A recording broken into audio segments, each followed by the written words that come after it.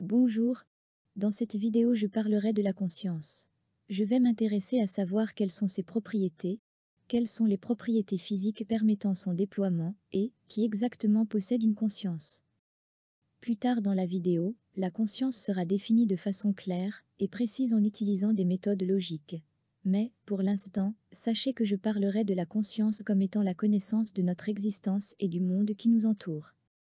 Pour donner un exemple, être conscient d'une expérience signifie que l'on a le sentiment intime d'être nous-mêmes sujets de cette expérience. Alors que je me baladais sur Internet et que je cherchais à agrandir mes connaissances au sujet de la conscience, j'y suis tombée sur un article hyper intéressant résumant à peu près tout ce que l'on sait jusqu'à maintenant sur la conscience. Ce que j'ai le plus apprécié de l'article, c'est la méthode qui est utilisée pour déterminer ce qu'est la conscience, ainsi que la façon dont elle fonctionne. Vous allez voir, cette méthode est constituée d'une démarche très rigoureuse où chacun des points avancés est expliqué de façon logique. Originalement, l'article est en anglais. De plus, certains éléments de cet article sont assez complexes à comprendre. J'ai dû le relire à plusieurs reprises et faire certaines recherches supplémentaires pour finir par bien comprendre son contenu. Le titre de l'article scientifique est « Conscience. Ici, là-bas et partout ». Il date de 2015 et il regroupe une grande partie des recherches sérieuses qui se sont intéressées à la conscience. Dans cette vidéo, je vais tenter d'expliquer le plus clairement et le plus simplement possible le contenu de cet article. Au tout début, lorsqu'on a commencé à s'intéresser à la conscience, son évaluation était faite par l'observation des comportements. Pour résumer, si une personne était éveillée et qu'elle agissait de façon réfléchie, si elle était en mesure de décrire ce en quoi elle était consciente, elle était considérée comme étant consciente. Être en mesure d'expliquer une expérience, de la décrire avec précision, était le standard utilisé pour juger de la présence de la conscience. On s'est vite rendu compte que le comportement des gens n'est pas nécessairement représentatif de l'expérience consciente qu'ils ont vécue. Leurs comportements peuvent être trompeurs. Par exemple, il est possible qu'une personne parle ou qu'elle marche pendant qu'elle dort et qu'elle ne s'en rende pas compte, qu'elle n'expérimente rien. Au contraire, une personne peut être immobile durant son sommeil et faire l'expérience consciente d'un rêve, d'un univers imaginaire. En clair, l'évaluation du comportement n'est pas suffisant pour déclarer ou non la présence de conscience. De plus, bien souvent, il n'est pas possible pour un enfant ou un animal de décrire leurs expériences. Est-ce que c'est pour autant qu'ils ne possèdent pas de conscience ? À la place de se concentrer sur le comportement des gens, pour évaluer la conscience, on s'est mis à se concentrer davantage sur le cerveau. Il a été déterminé que ce qui permet de faire un lien entre les mécanismes du cerveau et la conscience sont les corrélats neuronaux de la conscience, ou NCC. Ils constituent le plus petit ensemble d'événements et de structures neuronales suffisants pour une perception consciente. Ce sont les facteurs qui doivent impérativement être présents pour qu'une expérience consciente puisse se produire. Pour chaque expérience spécifique, il y a un NCC qui lui est associé. Cette approche a comme objectif de comprendre les relations qu'il y a entre l'esprit et le corps d'un point de vue neuropsychologique. Les corrélats neuronaux sont considérés comme des causes de la conscience. La conscience est considérée comme dépendante de l'état d'un système biologique, dépendante du cerveau dans un état spécifique. Suite aux études sur les NCC, suite aux observations qui ont été faites sur le cerveau de personnes ayant différents niveaux de conscience, plusieurs hypothèses, aussi appelées signatures, concernant les corrélations corps et esprit ont été émises. En effet, la conscience se manifesterait par une forte activation du cortex fronto-pariétal, une activité électrique cérébrale de haute fréquence et la survenue de l'onde P300. Le cortex fronto-pariétal est une région du cerveau située derrière le lobe frontal. Il est impliqué dans la perception de l'espace et dans l'attention. Il joue également un rôle important dans l'intégration des informations issues des différentes modalités sensorielles, comme la vision, le toucher et l'audition. Grâce à certains outils, il est possible de mesurer les fréquences issues de l'activité électrique du cerveau et de relier les différents types de fréquences aux capacités métaphysiques d'un individu. L'onde P300 est une onde provoquée par un nouveau stimulus associé à un effet de surprise ou par un stimulus imprévisible qui demande une réponse. L'onde est en lien avec la mémoire et la prise de décision. Elle permet d'étudier de manière assez précise les processus attentionnels. En gardant en tête ce que l'on connaît de la conscience grâce aux NCC, nous allons nous interroger à savoir qui possède les conditions nécessaires pour être considéré comme conscient. Voyons voir ce qui en est des individus pour qui certaines parties de leur cerveau ont été endommagées. Des personnes présentant des lésions corticales ou thalamiques étendues. Certains patients qui sont dans cette situation sont muets et immobiles. La plupart des signatures proposées par les NCC sont inadéquates. L'onde P300 est absente. Pourtant, ils sont en mesure de répondre à certaines directives en activant de manière appropriée certaines zones du cerveau. Bref, ils se retrouvent au milieu d'une destruction et d'une inactivité généralisée. Pourtant, au milieu de cette destruction, résident tout de même quelques zones corticales isolées montrant des signes d'activation métabolique et des marqueurs électrophysiologiques de la conscience. Malgré le fait que ces patients ne possèdent pas les signatures de la conscience, n'éprouveraient-ils pas une conscience minimale? Est-ce que la présence de la conscience dispersée en petite quantité dans le cerveau est suffisante pour avoir des expériences? Est-ce que les patients ressentent la moindre chose? Si oui, à quel point cette présence de conscience dispersée doit être grande pour avoir la moindre sensation?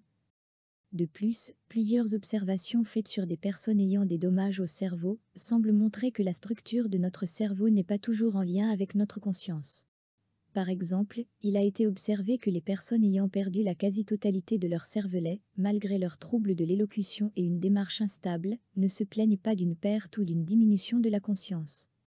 Un peu à la même manière des personnes avec un cerveau endommagé, où la conscience est dispersée en petites quantités dans le cerveau, nous pouvons nous interroger sur ce qu'expérimente un nouveau-né. En effet, celui-ci possède une connectivité restreinte entre ses structures corticales. De plus, aucune trace de l'onde P300 n'est détectée avant 6 mois. Mais, encore une fois, est-ce que cette lacune est suffisante pour conclure qu'il n'expérimente rien? Voyons voir ce qui en est des animaux.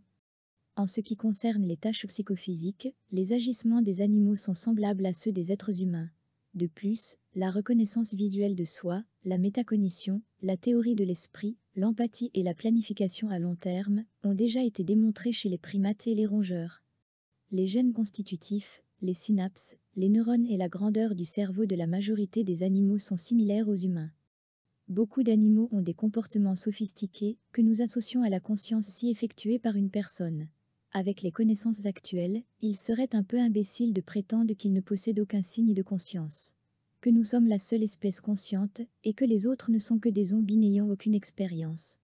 Aussi, il est intéressant de noter que les signatures neuronales proposées par les NCC et qui ont une certaine validité chez les humains et chez d'autres mammifères pourraient ne pas être valides chez les vertébrés. En effet, plusieurs d'entre eux ont un système nerveux très complexe, très différent du nôtre, et qui nous est encore incompris. De plus, il est difficile de déterminer si les actions qu'ils effectuent sont faites de façon consciente ou inconsciente. Par exemple, lorsqu'une abeille navigue dans le labyrinthe qu'est sa ruche, le fait-elle, comme lorsque nous décidons consciemment de tourner à gauche ou à droite, ou le fait-elle, comme nous tapons sur un clavier sans devoir porter une attention particulière à l'endroit où nous appuyons. Il est difficile de comprendre comment les espèces non mammifères partagent avec nous le don de l'expérience subjective. Voyons voir ce qui en est des machines. Sont-ils autant conscients que nous? Attribuer ou non la conscience à une machine est encore plus difficile que pour les animaux ou les personnes ayant un cerveau endommagé. En effet, l'architecture et la provenance des machines sont des aspects radicalement différents des organismes biologiques façonnés par la sélection naturelle. Cependant, les ordinateurs actuels nous surpassent dans de nombreuses tâches qu'on croyait auparavant ne pouvant être réalisées que par l'esprit humain. Les personnes qui jouent aux échecs, qui fournissent des réponses significatives aux questions et qui conduisent une voiture sont conscients. Les machines en sont maintenant capables. Donc, sont-ils eux aussi conscients? Essayer de déterminer qui est conscient à l'aide des NCC semble compliqué. Comme nous l'avons constaté, les autres organismes, ayant souvent un fonctionnement très différent du nôtre, semblent être en mesure de déployer une certaine forme de conscience sans qu'elle soit pour autant mesurable à l'aide des NCC. Aussi, malgré les hypothèses proposées par les NCC concernant les corrélations entre le cerveau et la conscience, il est difficile de déterminer les corrélats neuronaux précis en lien avec une expérience exacte. Et ce, pour 2 raisons principaux. Premièrement, il existe une grande redondance apparente et un grand parallélisme dans les réseaux de neurones. Il est donc difficile de déterminer quel réseau de neurones est en relation avec quelle expérience. Par exemple, alors qu'une activité dans un groupe de neurones est en corrélation avec une expérience précise. L'activité pourrait être produite par un autre groupe de neurones si le premier venait à être perdu ou inactivé. Deuxièmement, il est difficile d'évaluer les changements d'un niveau de conscience à un autre tout en gardant la continuité des fonctions cognitives. Il est difficile d'isoler la conscience pour l'évaluer à nu.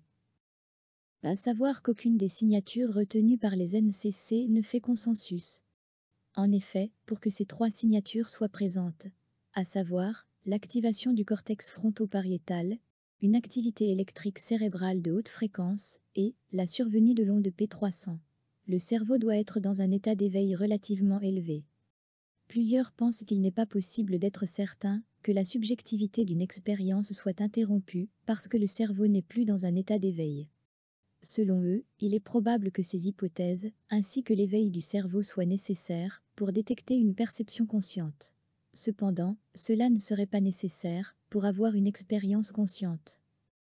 Les NCC permettent seulement de déterminer les parties du cerveau ayant un rôle à jouer sur la conscience. Reste à expliquer pourquoi et comment certaines structures sont associées avec l'expérience et d'autres non, et pourquoi ils le font sous certaines conditions. Bref, malgré que les NCC soient une méthode plus efficace que de simplement se fier au comportement des individus, elles semblent tout de même limiter notre compréhension de la conscience. Certains philosophes qui se sont intéressés à la conscience diraient que l'approche utilisée par les NCC n'est pas adaptée pour essayer de comprendre ce qu'est la conscience. Dans ce cas, l'approche utilisée est d'étudier le cerveau pour se demander comment cela pourrait éventuellement donner lieu à l'expérience. L'approche inverse permettrait de mieux comprendre le pourquoi et le comment de la conscience. Nous devrions d'abord étudier la conscience pour ensuite déterminer les types de mécanismes physiques qui pourraient rendre compte de celle-ci. C'est exactement l'approche utilisée par la théorie de l'information intégrée, ou ITT. Cette théorie utilise une méthode qui consiste, tout d'abord, à identifier les axiomes de la conscience, de l'expérience.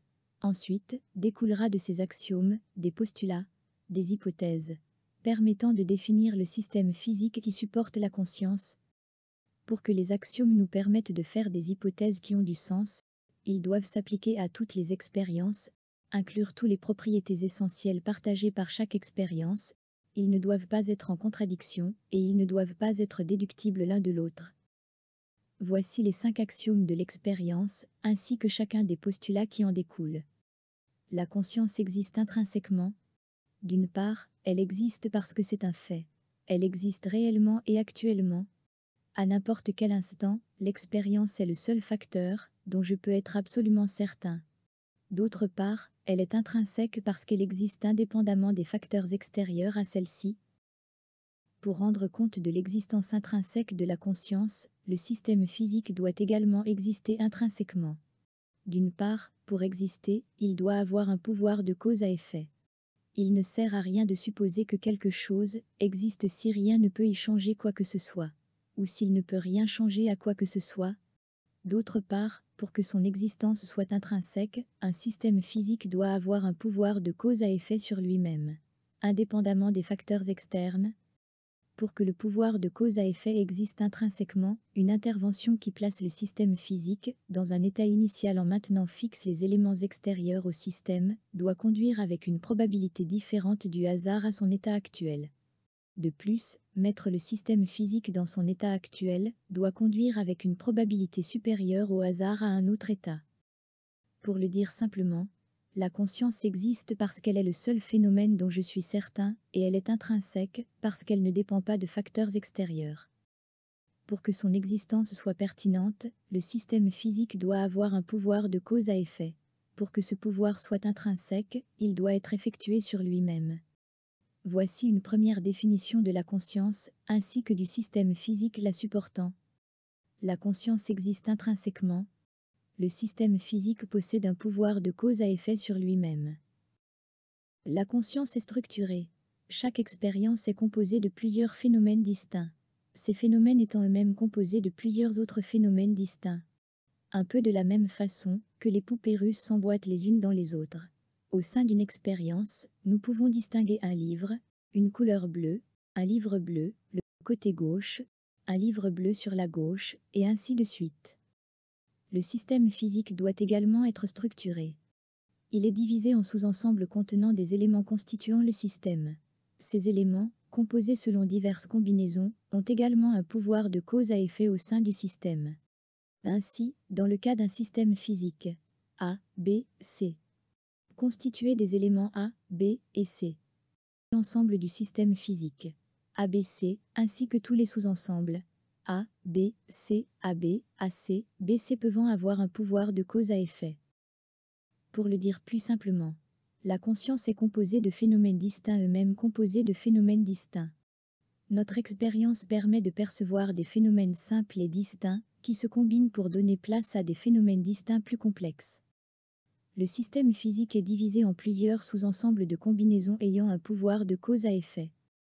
Voici une deuxième définition de la conscience, ainsi que du système physique la supportant. La conscience est composée de phénomènes distincts composés eux-mêmes de phénomènes distincts. Le système physique est une structure ayant un pouvoir de cause à effet, qui est constitué d'un ensemble de répertoires de cause à effet. La conscience est spécifique. Les expériences sont tous différentes, les unes des autres. Chaque expérience est la manière particulière dont elle est. Une expérience peut inclure des distinctions phénoménales spécifiant plusieurs emplacements, plusieurs concepts positifs, tels qu'une chambre, en opposition avec aucune chambre, et plusieurs concepts négatifs, tels qu'aucune chambre en opposition avec une chambre. De même, une expérience de pure obscurité et de silence a la qualité spécifique de ne pas avoir de chambre, de lit, de livre, de couleur, de pensée et ainsi de suite. Cette expérience diffère nécessairement d'un grand nombre d'expériences alternatives qui auraient pu être vécues. L'ensemble de répertoires de cause à effet, qui constitue la structure du système physique, ainsi que chacun de ces répertoires pris individuellement doivent être spécifiques. Ainsi, les répertoires ayant un pouvoir de cause à effet ont chacun la capacité de faire une différence spécifique sur la probabilité des états passés, les causes et futures, les effets du système physique. Pour le dire plus simplement, les expériences sont tous différentes, les unes des autres. Une expérience comporte des distinctions phénoménales qu'une autre ne possédera pas, et cette même expérience ne comportera pas certaines distinctions phénoménales qu'une autre possédera. La spécificité de l'ensemble des répertoires, ainsi que des répertoires permet à chacun de ceux-ci d'apporter une différence spécifique sur la probabilité des états de cause et d'effet sur le système physique. Voici une troisième définition de la conscience, ainsi que du système physique la supportant. La conscience est constituée d'un ensemble spécifique de sous-ensembles de phénomènes spécifiques. Le système physique est une structure ayant un pouvoir de cause à effet, qui est constitué d'un ensemble spécifique de répertoires de cause à effet spécifiques. La conscience est unifiée. Chaque expérience est irréductible. Oui, comme mentionné plus tôt, la conscience est constituée de plusieurs sous-ensembles de phénomènes. Cependant, bien qu'il est possible de les distinguer les uns des autres, il n'est pas possible de percevoir seulement certains d'entre eux. Nous faisons l'expérience de tous les sous-ensembles en même temps.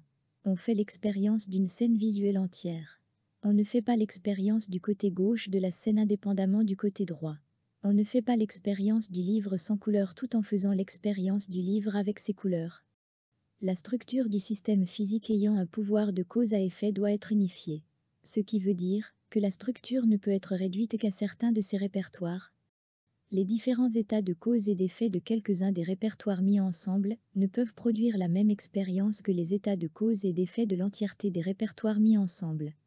Pour que l'irréductibilité du système physique soit vraie, le pouvoir de cause à effet d'un répertoire ne doit pas dépendre d'un ou de plusieurs autres répertoires. Pour ce faire, les répertoires doivent être obtenus par des partitions unidirectionnelles. Autrement dit, ils doivent être obtenus par des sous-ensembles qui exercent une action que dans un sens. Ces partitions unidirectionnelles sont obligatoires pour s'assurer de l'irréductibilité du système physique. Ils permettent à chaque répertoire du système de pouvoir à la fois affecter et être affecté par le reste du système. Ce qui veut dire que chacun des répertoires est libre d'agir de façon unique et particulière au sein du système physique. Ces répertoires ne dépendent que d'eux-mêmes pour apporter un changement quelconque à l'ensemble du système. Ils apportent une différence majeure au système physique lorsqu'il y a une variation dans leur état. Chacun des répertoires a la capacité d'apporter quelque chose au sein de l'ensemble du système sans que cette capacité dépende des autres répertoires. Bref, ils sont indispensables, irréductibles. L'irréductibilité du système est une condition préalable à son existence. Si la réduction du système physique ne fait aucune différence sur le pouvoir de cause à effet qui lui est donné par sa structure, alors le tout est réductible à ses parties. Si un tout n'a aucun pouvoir de cause à effet au-dessus et au-delà de ses parties, alors il est inutile de supposer que le tout existe en soi. L'irréductibilité intrinsèque peut être mesurée en tant qu'information intégrée. Celle-ci quantifie dans quelle mesure la structure de cause à effet change selon le niveau de réduction du système. Cette mesure se trouve à être le flux magnétique maximal. Pour le dire plus simplement, lors d'une expérience, nous percevons tous les sous-ensembles de phénomènes en même temps. Nous ne percevons pas seulement certains de ces sous-ensembles à la fois. Pour s'assurer de l'irréductibilité du système, chaque répertoire doit pouvoir à la fois affecter et être affecté par le système. De cette façon, l'impact qu'ils ont sur l'ensemble du système ne dépend pas des autres. Voici une quatrième définition de la conscience, ainsi que du système physique la supportant. La conscience est constituée d'un ensemble spécifique et irréductible de sous-ensembles de phénomènes spécifiques. Le système physique est une structure irréductible ayant un pouvoir de cause à effet, qui est constitué d'un ensemble spécifique de répertoires de cause à effet spécifiques. La conscience est définie. Chaque expérience a l'ensemble des distinctions phénoménales qu'elle possède. Ni moins, ni plus. Et elle s'écoule à la vitesse qu'elle s'écoule. Ni plus vite, ni plus lentement. Par exemple, si j'ai l'expérience de voir un livre bleu, je n'expérimente pas la vision de ce livre sans percevoir sa couleur bleue. Je n'ai pas une expérience avec moins de contenu. Mon expérience ne peut faire abstraction d'une distinction phénoménale et elle ne peut posséder une distinction phénoménale supplémentaire. De plus, une expérience se déroule à une vitesse particulière. Par exemple, si mon expérience est d'une durée de quelques secondes, elle ne peut englober quelques millisecondes ou plusieurs minutes. Une expérience est ce qu'elle est. Son contenu et sa durée restent inchangés. La structure ayant un pouvoir de cause à effet sur le système physique doit être définie. Elle est constituée d'un seul ensemble spécifique de répertoires de cause à effet spécifiques. Ni moins, ni plus. Nous avons vu plus tôt que le système physique doit être irréductible et que cette irréductibilité est mesurable. Ce qui veut dire que parmi tous les ensembles qui constituent potentiellement le système physique, certaines sont plus irréductibles que d'autres. Ainsi, pour revendiquer au maximum l'existence de la conscience, l'ensemble unique qui est en quelque sorte choisi par le système physique doit être au maximum irréductible. En ce qui concerne la causalité du système physique, le fait qu'il n'ait qu'une structure de cause à effet gagnante implique que toutes les autres structures alternatives de cause à effet soient exclues. Cette exclusion empêche que les causes et les effets de plusieurs structures se chevauchent. Si cela était le cas, leur existence ne ferait plus aucun sens, car plusieurs de leurs causes et de leurs effets seraient les mêmes. Les différences qu'apporteraient les structures au système physique seraient les mêmes. Ce principe d'exclusion s'applique autant dans un contexte d'espace, le pouvoir de cause à effet de la structure, que dans un contexte de temps, la durée du pouvoir de cause à effet. Cette durée étant déterminée par la structure qui est au maximum irréductible. La définition d'une structure à l'aide d'un espace et d'une durée spécifique en excluant toute autre possibilité alternative est ce qui caractérise une structure conceptuelle. La structure qui constitue le système physique est donc une structure conceptuelle. Pour le dire plus simplement, chaque expérience a l'ensemble des distinctions phénoménales qu'elle possède. Le contenu et la durée d'une expérience ne peut être inférieur ou supérieur à ce qu'elle est. La structure du système physique n'est constituée que d'un seul ensemble, l'ensemble qui est au maximum irréductible, évitant du même coup l'existence de plusieurs causes et effets identiques. Voici une cinquième définition de la conscience, ainsi que du système physique la supportant. La conscience est constituée d'un seul ensemble spécifique et irréductible de sous-ensembles de phénomènes spécifiques. Le système physique est une structure conceptuelle irréductible ayant un pouvoir de cause à effet qui est constitué d'un ensemble spécifique de répertoires de cause à effet spécifiques. Finalement, c'est avec cette cinquième définition que la théorie de l'information intégrée définit la conscience. En décortiquant cette définition, on obtient ceci. Le système physique a un pouvoir de cause à effet sur lui-même. Ce pouvoir de cause à effet provient d'une structure irréductible. Cette structure est constituée de plusieurs répertoires formant un ensemble spécifique. Ces répertoires sont constitués d'éléments du système physique qui sont combinés de manière spécifique. Ces combinaisons d'éléments donnent à chacun des répertoires un pouvoir de cause à effet. La structure conceptuelle de la conscience spécifie à la fois la qualité et la quantité de l'expérience. La qualité ou ce que contient la conscience est spécifiée par la forme de la structure conceptuelle. La structure conceptuelle est formée d'un complexe de mécanismes dans un état spécifique. Autrement dit, elle comprend une combinaison animée d'éléments divers et entremêlés disposés de façon spécifique. Une structure conceptuelle ABC peut par exemple contenir les combinaisons AB, CA, C et A, ceux-ci étant des éléments qui constituent les répertoires de cause à effet. La manière dont ces éléments sont combinés influence les causes et les effets que les répertoires ont sur la structure conceptuelle. Ils donnent à l'expérience la propriété d'informer ou de donner forme à l'espace de possibilités d'une façon particulière. Cette propriété est fondamentale et intrinsèque. Il est possible de faire un parallèle avec la masse. En effet, elle est également un complexe de mécanismes dans un état spécifique. Un peu de la même façon que l'expérience donne une forme particulière à l'espace de possibilités. La masse possède la propriété intrinsèque de plier l'espace et le temps autour d'elle. La quantité ou le niveau de conscience est mesuré par le flux magnétique maximal. Comme je l'ai mentionné précédemment, cette unité de mesure sert à déterminer le niveau d'irréductibilité de la structure conceptuelle. Elle quantifie dans quelle mesure la structure de cause à effet change selon le niveau de réduction du système. Si le flux magnétique maximal est de 0, le pouvoir de cause à effet du système physique est complètement réductible à ses parties. Donc, il ne peut pas exister. Si le flux magnétique maximal est supérieur à 0, le système physique ne peut être réduit à ses parties. Donc, il existe. En général, plus le flux magnétique maximal est élevé, et plus le niveau de conscience sera élevé, plus le système sera complet. Maintenant, comparons notre cerveau avec la définition de la conscience donnée par la théorie de l'information intégrée. C'est-à-dire, une structure conceptuelle irréductible ayant un pouvoir de cause à effet qui est constitué d'un ensemble spécifique de répertoires de cause à effet spécifiques. Nous pouvons dire qu'un ensemble particulier de neurones correspond à la structure conceptuelle. Que cet ensemble de neurones a un pouvoir de cause à effet.